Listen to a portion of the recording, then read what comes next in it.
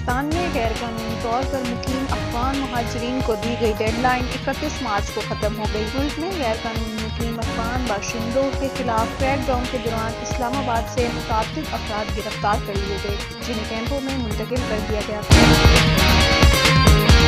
محکمہ موسمیات نے اسلام آباد میں موسم خشک اور گرم رہنے کی پیش گوئی کر دی ہے۔ شام اور رات کے دوران شمالی بلوچستان اور خیبر پختونخوا کے مغربی اضلاع میں 7 چند مقامات پر بارش کا امکان ہے، جبکہ پنجاب اور سندھ کے بیشتر علاقوں میں موسم گرم رہے گا۔ امریکہ نے عالمی تجارتی نظام میں ایک بڑی تبدیلی کا اعلان کرتے ہوئے دنیا کے مختلف ممالک پر جوابی ٹیرف عائد کر دیے ہیں، جس کے تحت پاکستان سمیت 25 ممالک پر اضافی محصولات لاگو کیے جا رہے ہیں۔ اس فیصلے کے مطابق امریکی درآمدات پر سب سے زیادہ ٹیرف عائد کرنے والے ممالک کو سخت رد عمل کا سامنا کرنا پڑے گا۔ صدر مملکت آصف علی زرداری کراچی کے اسپتال میں زیر علاج ہیں، جس کا کورونا ٹیسٹ مثبت آیا ہے۔ وزیر اعظم شہباز شریف نے قوم سے صدر مملکت کی صحت کے لیے دعا کی اپیل کی ہے۔ وزیر اعظم شہباز شریف نے اس سے قبل صدر زرداری کو فون کر کے ان کی خیریت دریافت کی تھی۔ لائک کرنا تو ایزی ہے، بات تو تب ہو جب لائک نہیں لو ہو۔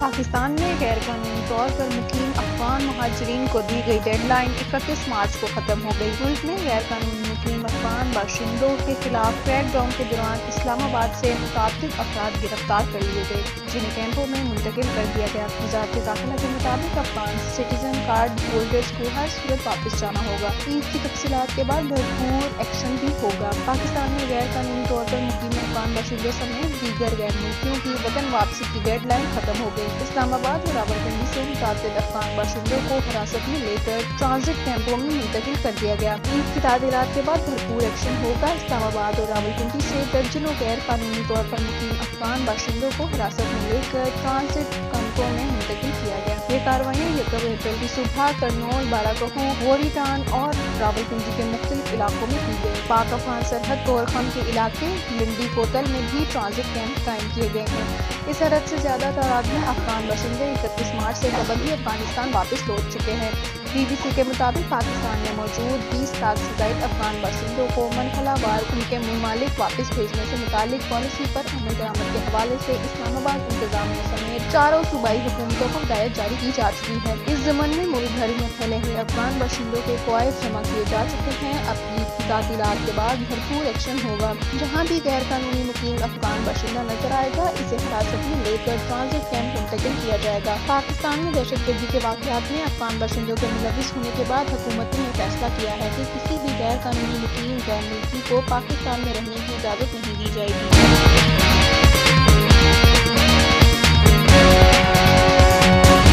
محکمہ موسمیات نے اسلام آباد میں موسم خشک اور گرم رہنے کی پیش گوئی کر دی ہے۔ شام اور رات کے دوران شمالی بلوچستان اور خیبر پختونخوا کے مغربی اضلاع میں 7 چند مقامات پر بارش کا امکان ہے، جبکہ پنجاب اور سندھ کے بیشتر علاقوں میں موسم گرم رہے گا۔ ملک کے بیشتر علاقوں میں موسم خشک اور میدانی علاقوں میں گرم رہنے کا امکان ہے۔ شام اور رات میں شمالی بلوچستان اور خیبر پختونخوا کے مغربی اضلاع میں تیز ہواؤں اور گرج چمک کے ساتھ چند مقامات پر بارش کا بھی امکان ہے۔ وفاقی دارالحکومت اسلام آباد اور گردنواں میں موسم خشک رہنے کے ساتھ تیز ہوائیں چلنے کا امکان ہے۔ پنجاب اور سندھ کے بیشتر اضلاع میں موسم خشک، جبکہ جنوبی اضلاع میں گرم رہے گا۔ اسی طرح مری، گلیات، کشمیر اور گلگت بلتستان میں مطلع جزوی ابر آلود رہنے کا امکان ہے۔ اس کے علاوہ عید کی تعطیلات کے آخری روز بھی ملک کے بیشتر علاقوں میں موسم خشک، جبکہ میدانی علاقوں میں گرم رہے گا۔ کوئٹہ کوئٹہ میں mobile phone data internet service ایک بار پھر بند کر دی گئی۔ موبائل فون انٹرنیٹ سروس کی بندش کے باعث صارفین کو مشکلات کا سامنا کرنا پڑ رہا ہے۔ کام کی جانب سے معطلی کی وجہ کچھ نہیں بتائی گئی۔ گزشتہ چند روز قبل بھی موبائل فون انٹرنیٹ سروس معطل کی گئی تھی۔ واضح رہے کہ گزشتہ چند ماہ سے بلوچستان کے مختلف شہروں میں دہشت گردی کے واقعات رونما ہو رہے ہیں، جبکہ مارچ میں دہشت گردوں کی جانب سے جعفر ایکسپریس پر حملہ بھی کیا گیا تھا۔ دہشت گردی کے بڑھتے واقعات کے سبب صوبے میں سیکیورٹی سخت کر دی گئی ہے، جبکہ مسافر گاڑیوں کے رات کے اوقات میں سفر کرنے پر پابندی بھی عائد کر دی گئی ہے۔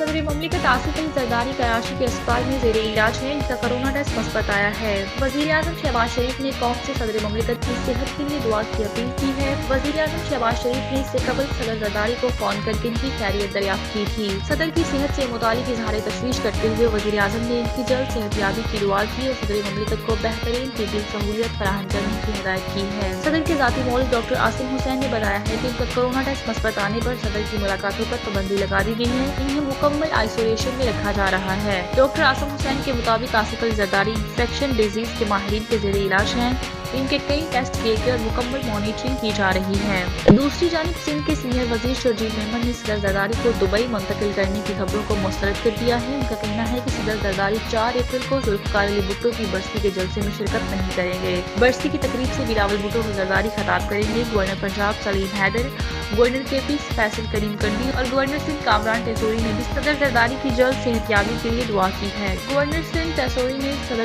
زرداری کے لیے اسپتال میں گلدستہ بھی بھجوایا ہے، جبکہ اسپیکر پنجاب اسمبلی ملک احمد خان نے بھی صدر مملکت کی صحت یابی کے لیے دعا کی ہے۔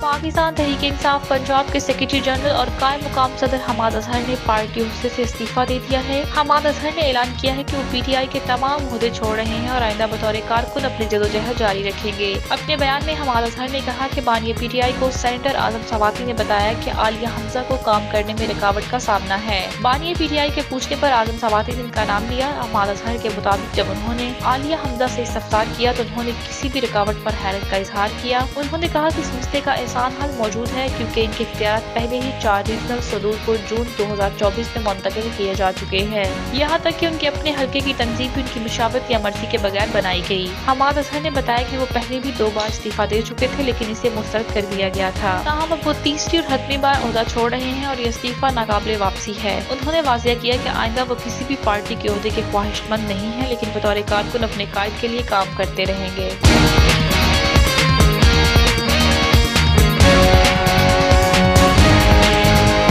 امریکہ نے عالمی تجارتی نظام میں ایک بڑی تبدیلی کا اعلان کرتے ہوئے دنیا کے مختلف ممالک پر جوابی ٹیرف عائد کر دیے ہیں، جس کے تحت پاکستان سمیت 25 ممالک پر اضافی محصولات لاگو کیے جا رہے ہیں۔ اس فیصلے کے مطابق امریکی درآمدات پر سب سے زیادہ ٹیرف عائد کرنے والے ممالک کو سخت رد عمل کا سامنا کرنا پڑے گا۔ امریکی صدر نے اعلان کیا ہے کہ پاکستان پر 29% جوابی ٹیرف نافذ کیا جائے گا کیونکہ پاکستان امریکی مصنوعات پر 58% ٹیرف وصول کرتا ہے۔ اس کے علاوہ بھارت پر 26%، چین پر 34%، یورپی یونین پر 20%، سعودی عرب، قطر اور افغانستان پر 10% اضافی محصولات لاگو کیے جائیں گے۔ امریکی صدر ڈونلڈ ٹرمپ نے مزید تفصیلات دیتے ہوئے کہا کہ بنگلہ دیش پر 37%، جاپان پر 24%، اسرائیل پر 17% اور برطانیہ پر 10% ٹیرف عائد کیا جائے گا۔ اس کے علاوہ گاڑیوں کی درآمد پر بھی 25% اضافی ٹیکس نافذ ہوگا۔ انہوں نے واضح کیا کہ امریکہ کی مصنوعات پر مختلف ممالک کی جانب سے عائد کیے جانے والے بھاری محصولات کے جواب میں یہ فیصلہ کیا گیا ہے تاکہ امریکی معیشت کو لاحق ہونے والے نقصانات کا ازالہ کیا جا سکے اور ملک کو اقتصادی طور پر مزید مستحکم کیا جا سکے۔ صدر ٹرمپ نے اس اقدام کو اقتصادی خود مختاری کی جانب سے ایک اہم قدم قرار دیتے ہوئے کہا ہے کہ یہ دن امریکہ کی اقتصادی آزادی کا دن ہے۔ ان کا کہنا تھا کہ جو رقم محصولات کو حاصل ہوگی اسے امریکی عوام پر بوجھ کم کرنے کے لیے استعمال کیا جائے گا